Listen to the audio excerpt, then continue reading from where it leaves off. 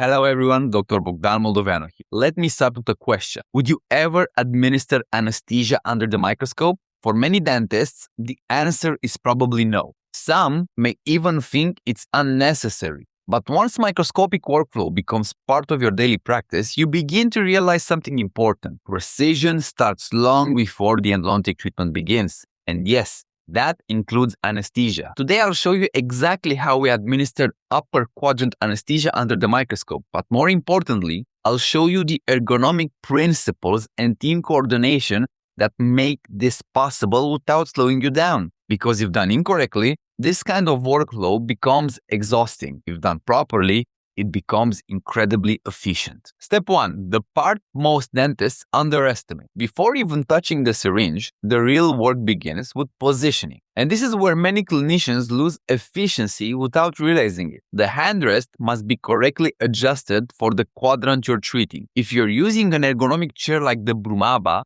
minor backrest adjustments may also be necessary. Now here's the critical point. Once you're positioned, stop adjusting. Every unnecessary micro movement during treatment costs time, breaks concentration, and increases fatigue. Microscope dentistry rewards consistency. Step 2. Protecting the patient. Because the patient is lying horizontally, eye protection is non-negotiable. Water droplets, irrigants, accidental splashes, none of this should ever become avoidable complications. Simple step, essential habit. Before injection, I always apply topical anesthesia. Yes, it improves soft tissue comfort, especially in the maxillary region. But there's another effect many clinicians underestimate: patient psychology. Even when the pharmacological effect is modest, the patient perceives the injection differently. Less tension, less anticipation, less resistance, and that alone improves the experience dramatically. One very important detail: leave the topical anesthetic in place for at least 1 full minute. Anything less and you're mostly performing theater. Watch this next step careful. I don't move.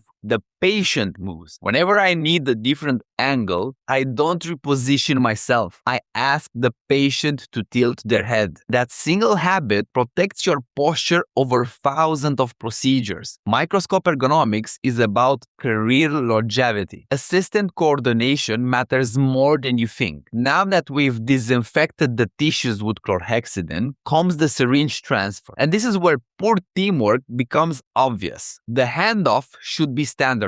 I extend my hand forward at a safe distance from the patient's head, and the assistant transfers the syringe already oriented towards the working quadrant. There is no rotation or correction from my part, no wasted movements. Smooth workflows are built, not improvised. You'll notice I'm using a passive aspiration syringe. Traditional aspiration often requires an awkward pull-back motion that compromises control. With passive aspiration, I can aspirate by pressing the ring instead. Small equipment decisions create major workflow differences. Now comes the actual injection, and this is where magnification becomes genuinely valuable. Under the microscope, needle placement becomes extremely precise. That means fewer positioning errors, less unnecessary trauma, and a lower risk of hematoma, and more predictable anesthetic delivery. Patients may not understand why the procedure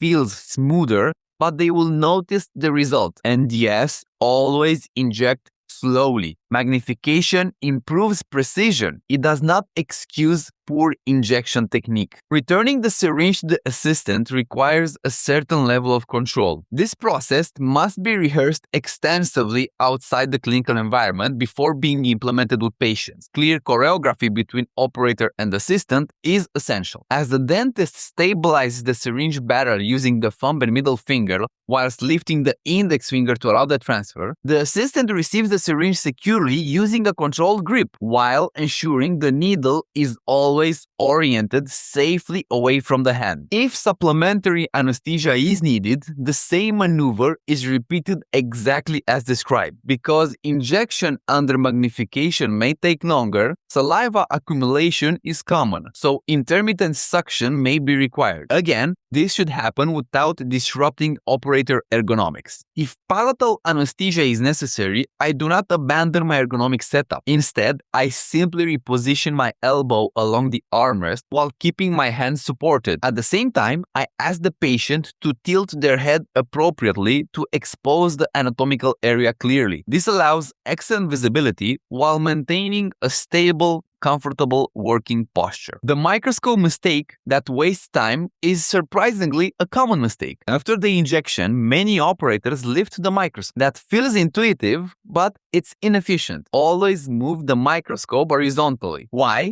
Because vertical repositioning creates unnecessary extra steps when returning to treatment. If you maintain the horizontal movement and the patient's chair position is reproducible, then after allowing the anesthetic to take effect, whether that's 2, 5 or more minutes depending on the tooth, you can simply return the patient to the exact same position and bring the microscope directly back into place. No wasted motion, no repeated adjustments. I hope you found this video useful. If you're interested in more content focused on microscope dentistry, ergonomics, workflow optimization, and advanced clinical protocols, make sure to leave a like, share this video with your colleagues, and join the discussion in the comment section. I'd be very interested in hearing how you integrate magnification into your daily practice. Thanks for watching and see you in the next one.